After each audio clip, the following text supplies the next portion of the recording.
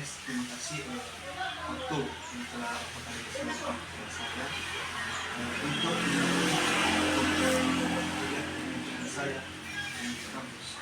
Jadi di sini Pak Kades saya akan mewakili Pak Kades, dan di sini telah tertera 10 pertanyaan. Nah, jadi kita langsung saja masuk pada pertanyaan pertama. Apa yang memotivasi Pak Kades untuk menjadi kepala desa? Dan bisa Pak Kades ceritakan sedikit tentang latar belakang sebelum Pak Kades menjadi desa ini? Motivasi saya senang ingin membangun desa supaya bisa bercerita. Mungkin saudara Julpan ya sendiri walau tahu sebelumnya bagaimana kondisi dan sistem pemerintahan di desa Baruci. Dan kalau kita dalam satu organisasi di desa ini, kita mengadakan evaluasi dan dengan berbagai teman-teman dan dengan kawan-kawan juga bahwa saatnya yang muda memimpin desa Baruci ini.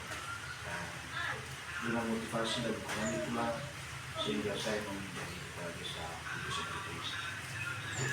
Baik Pak Kades, yang kedua, apa visi misi utama Pak Kades sebagai kepala desa? Visi misi saya adalah besarnya visi terwujudnya pemerintahan desa yang baik dan dalam membuat masyarakat ada keterbukaan dan masyarakat yang berguna. Sedangkan misi saya yaitu memberi pelayanan yang baik dan keterbukaan dan menggunakan potensi sosial yang bisa maju dan masyarakat ikut terlibat dalam perencanaan pembangunan desa baru. Oke. Selanjutnya, bagaimana proses pengambilan keputusan di desa ini dan sejauh mana Pak Kades melibatkan masyarakat dalam proses tersebut?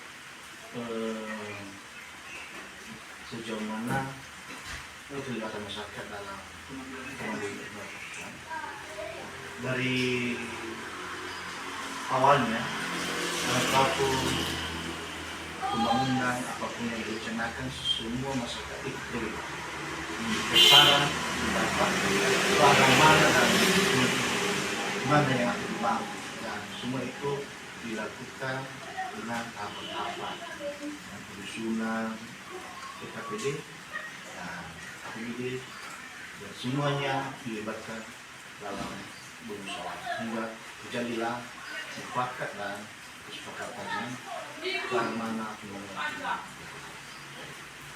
Selanjutnya, apa tantangan terbesar yang Bapak Kades hadapi sebagai kepala desa dan bagaimana Pak Kades mengatasi? Tantangan terbesar sebenarnya dalam di desa Baruci ini masih adanya masyarakat yang tidak menerima, mungkin masih kental dengan PKS kemarin. Puji Tuhan kelembang kita bisa mempersatukan kembali dan kita berusaha untuk terus menjalin komunikasi dengan masyarakat yang lain hingga masyarakat kita berubah. Selanjutnya, bagaimana Pak Kades mendeskripsikan gaya kepemimpinan Pak Kades?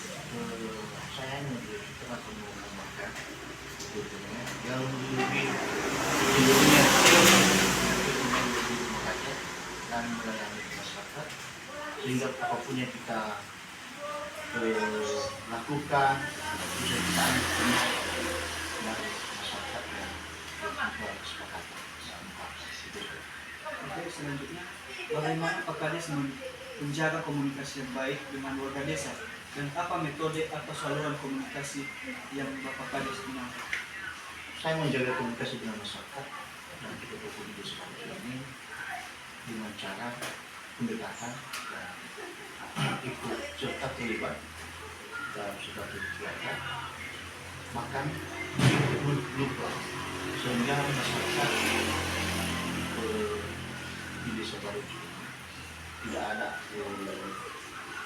tidak terlalu jauh dari dalam masyarakat. Kita berbau, maka itu kita ajak sekali mengenai masyarakat kita, baik suka dan duka, dengan berbagai program yang kita lakukan, yang berupa perhatian memberikan desa kepada masyarakat, baik suka dan duka.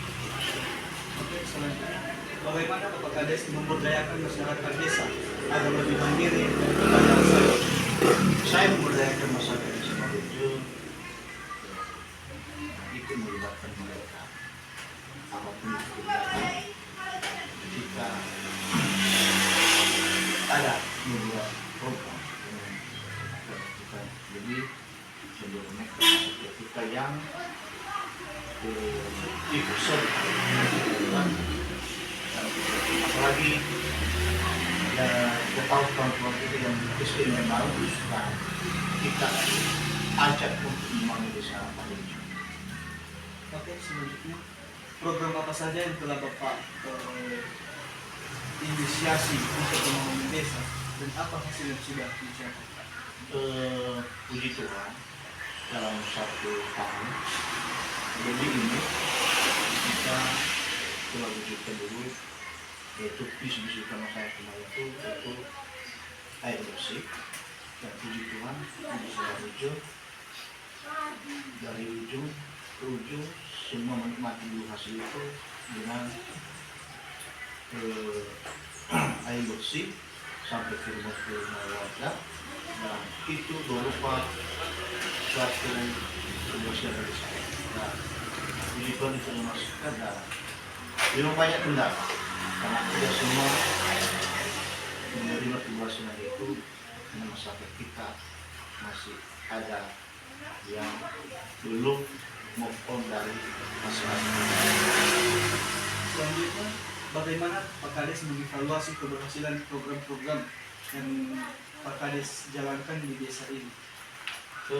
Saya mengevaluasi program di desa ini setiap tahunnya, di mana saja kendala dari tahun kita, dari bulan ke bulan, di mana kendalanya itu kita lakukan di akhir tahun dan di awal tahun.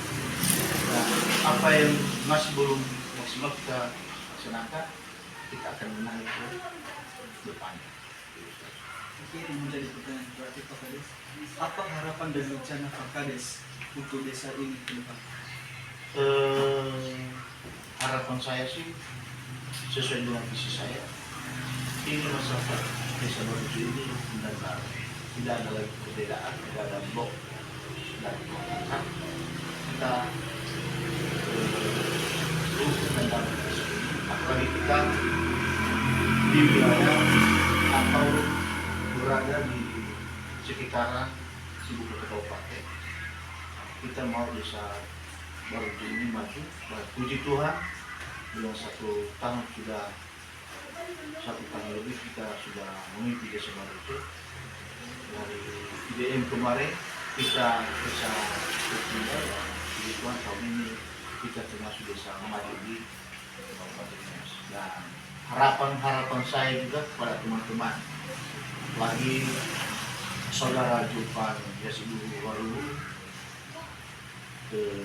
sebenarnya dulu namanya Istie, dan saya juga lulusan dari Istie, dan harapan saya kepada saudara, marilah itu membangun desa Maluju, dan jangan sesakan, jangan pulang tanpa ilmu, pulang dengan ilmu dan membawa jasa kepada satu manajemen.